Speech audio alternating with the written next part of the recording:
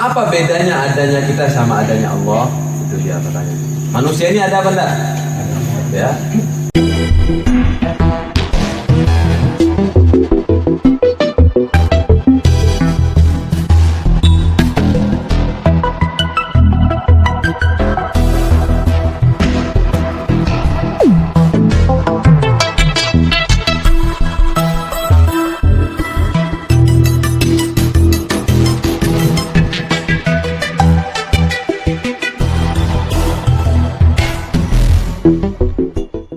Dari mana kita tahu 1 tambah 1 2?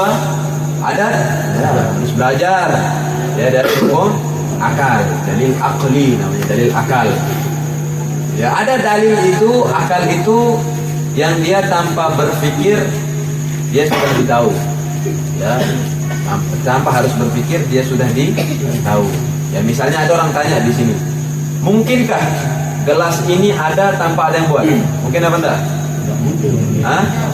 Tidak mungkin, ya. Akal kita akan bilang mustahil. Tiba-tiba gelas ini ada tanpa ada yang buat. Dari mana dapat? Simsalabim keluar dia. Bohong apa enggak orang ini? Bohong orang ini. Ini gelas, roti, botol, ini. Ya, itu saja dia pasti ada yang buat. Itu namanya hukum akal. Ya, harus berpikir akal. Itu namanya tanpa badihi atau daruri, tanpa harus berpikir. Hukum akal yang tanpa berpikir. Anak kecil pun tahu, ya, anak kecil pun tahu, ya. Jadi seperti itu. Nah, begitu juga alam semesta ini. Mungkinkah ada alam semesta ini tanpa ada yang menciptakan? Tidak mungkin. Tiba-tiba tabrakan bulat dia jadinya misalnya. Tahu tiba-tiba ada gunung, ada yang laut, ada yang tidak mungkin. Ya, sebagaimana Ibn Arabi ditanya. Ibn Arabi ini salah satu orang yang tidak boleh sebenarnya kita pelajarin kitabnya. Ya, karena dia terlalu dalam di dalam ilmu ma'rifatullah, ilmu hakikat terlalu dalam, ya. Jadi dia ditanya, apa buktinya Allah itu ada? Dia bilang, al-ba'rah yushiru lil ba'ir. Kotoran hewan, kotoran sapi itu menunjukkan bahwa di sana ada sapi. Ya, dari mana kita tahu ada sapi ini? Ada kotorannya. Masih baru lagi, mah, ya. Menunjukkan dia ada sapi di sana. Ya. Terus dia bilang bekas telapak al-khutwah yushiru bil masyir. Ya. Bekas telapak kaki menunjukkan bahwa ada orang yang sudah lewat di sini, dan alam semesta ini membuktikan bahwa Allah itu ada. Ya. Jadi seperti itu. Nah, itu namanya hukum akal. Ya, ada hukum dalil yang ketiga adalah Al-Quran dan hadis. Ya, Al-Quran dan hadis. Nah, di dalam ilmu tauhid yang menjadi dalil adalah ayat Al-Quran atau hadis yang mutawatir. Al-Quran atau hadis yang mutawatir. Tidak boleh pakai hadis ahad. Nanti di dalam mustalah hadis ada namanya hadis ahad. Ya, hadis ahad ini sahih.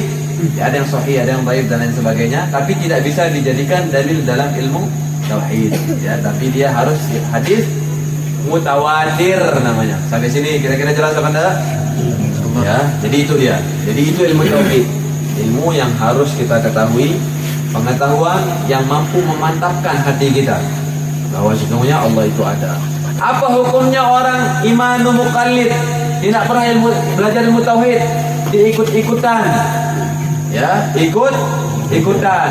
Ya. Pertama, kalau dia masih anak-anak boleh. Ya. Masih dia anak-anak, ya, dia boleh masih anak-anak. Atau yang kedua, dia jauh dari ulama, kampungnya jauh dari ulama. Di mana kira-kira? Di Marembu, dekat sama sama ulama? Dekat, dia tidak ada uzur, tidak dimaafin ini. Ya. Yang ketiga, salamatul hawas. Dia punya panca indera sehat, bisa mendengar, bisa ngomong, bisa mencium aroma, ya, itu dia. Jadi kalau dia yang orang yang dimaafkan di syariat, kalau dia tidak bisa mendengar dan tidak bisa lihat, ya, tidak bisa mendengar dan tidak bisa melihat, itu yang dimaafkan. Kalau dia tidak bisa melihat saja, masih bisa dengar, wajib dia ikut sholat, ya, wajib diajarkan sholat itu, ya, bisa dengar, ya. Atau dia tidak bisa melihat dan tidak bisa ngomong, wajib apa enggak ini? Wajib dia karena masih bisa mendengar. Ya, jadi itu dia. yang tidak bisa mendengar dan tidak bisa melihat, itu yang terlepas hukum syariat dia. Dia mau ngapa-ngapain aja, gawe sudah. Itu dia ya. Kalau dia dari bayi tapi bukan di umur 20 tahun, tidak bisa melihat, tidak bisa dengar, dia tetap dia harus jalanin ini. Ya, itu yang dari bayi, dari lahir tidak bisa dengar, tidak bisa melihat. Itu dia. Itu yang ketiga. Jadi yang dimaafkan ikut-ikutan itu atau tidak tahu, pertama dia masih kecil, atau dia jauh daripada ulama. Yang ketiga dia selamat, tidak punya penyakit, ya. Maka kalau kita punya sehat, sudah balik, harus tahu ini, ya. Tidak bisa diterima iman muqallid, iman ikut-ikutan itu. Dia harus dia belajar sifat 20, ya. Harus dia belajar sifat 20. Dalil akalnya apa, dalil ayat Qur'annya apa, harus dia tahu.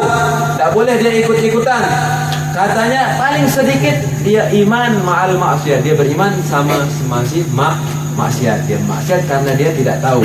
Jadi harus belajar sifat 20 itu. Nah, itu dia yang pertama. Jadi harus dia belajar ilmu tauhid. Sampai sini jelas apa enggak? Ya. Jadi dia di sini wa aslul iman an ta'taqida annallaha mawjudun. Ya, yang pertama sifat daripada sifat Allah adalah wujud. Allah ini ada. Allah ini ada. Ya. Jadi itu dia. Yang pertama adalah mawjud. Allah itu ada. Lalu apa bedanya adanya kita sama adanya Allah? Itu dia pertanyaan. Manusia ini ada apa enggak? Ya. Turki ada, Ustaz ini Hadi ada, Ustaz ini ada, Ustaz ini ada. Ya, semua ada apa enggak? Apa bedanya adanya kita sama adanya Allah? Pernah menjelaskan, ya. Jadi kalau adanya manusia makhluk semua itu adanya dia min adam atau hadith, ya. Adanya itu dari tidak ada, ya. 200 tahun yang lalu kira-kira di sini ada yang ada apa enggak? Ada siapa yang sudah ada dari 200 tahun yang lalu? Tidak ada. Dari 200 tahun aja tidak ada, apalagi dari sebelumnya. Ya, kita ini ada dari tidak ada. Itu dia. Kalau Allah ada, la awwala lahu libtidai, tanpa ada permulaan. Ya, Allah itu sudah ada. Jadi itu dia bedanya kita. Yang kedua, bedanya kita ini idhafi. Bedanya kita ini ada karena ada yang adakan kita. Siapa yang mengadakan kita? Allah, ya, melalui perantara orang tua. Jadi itu dia. Kalau Allah ada tanpa ada yang mengadakan. Jadi itu dia. Jadi yang pertama adanya Allah ada tanpa permulaan. Kedua adanya Allah ya tanpa ada yang mengadakan. Lam yalid wa lam yulad. Ya. Yang ketiga adanya Allah itu wajib, sifat wajib, ya. Harus Allah itu ada. Ya. Kalau kita tidak harus ada. Tidak harus ada kita ada atau tidak ada. Misalnya di Merembu ini misal ada namanya orang Haryanto misalnya, ada benar? Mungkin ada, mungkin tidak ada. Tidak harus ada orang misalnya. Ada benar orang Haryanto? Ada. Oh, maaf. Cuma nama orang Jawa padahal. Ada. Harwidodo. Ya, misalnya begitu. Tidak harus dia ada. Ya. Tapi Allah harus ada. Kenapa? Karena tidak mungkin adanya alam semesta ini tanpa adanya Allah. Itu dia. Jadi itu dia. Sampai sini jelas atau tidak? Itu beda. Jangan sama-sama ada. Berarti kita ada, Allah ada, sama-sama ada. Beda adanya kita ini. Ya, dari tiga itu. Yang pertama apa bedanya? Allah itu ada tanpa permulaan. Yang kedua Allah itu ada tanpa ada yang mengadakan. Yang ketiga Allah itu ada harus ada, wajib ada, ya. Mustahil Allah itu adam, tidak ada mustahil. Tapi kalau manusia mungkin ada, mungkin tidak ada. Ya, jadi seperti itu. Itu mustahil secara akal. Ya, apa dalilnya? Di dalam ayat Al-Qur'an, ya, Allah Subhanahu wa taala berfirman, "Afillahi syakkun." Apakah di dalam keberadaan Allah itu ada keraguan?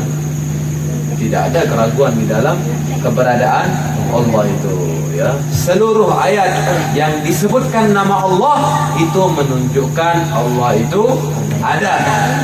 Seluruh ayat di dalam Al-Quran yang disebutkan nama Allah itu menunjukkan Allah itu ada. Itu dalil Al-Qurannya.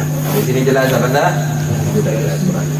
Dalil akalnya mustahil Allah itu tidak ada. Ya. Karena secara akal setiap yang ada pasti ada yang mengadakannya. Setiap yang ada pasti ada yang mengadakannya. Lalu siapa yang mengadakan dunia dan semesta ini? Dia adalah Allah. Itu dia. Jangan kita tanya di mana Allah, tidak boleh.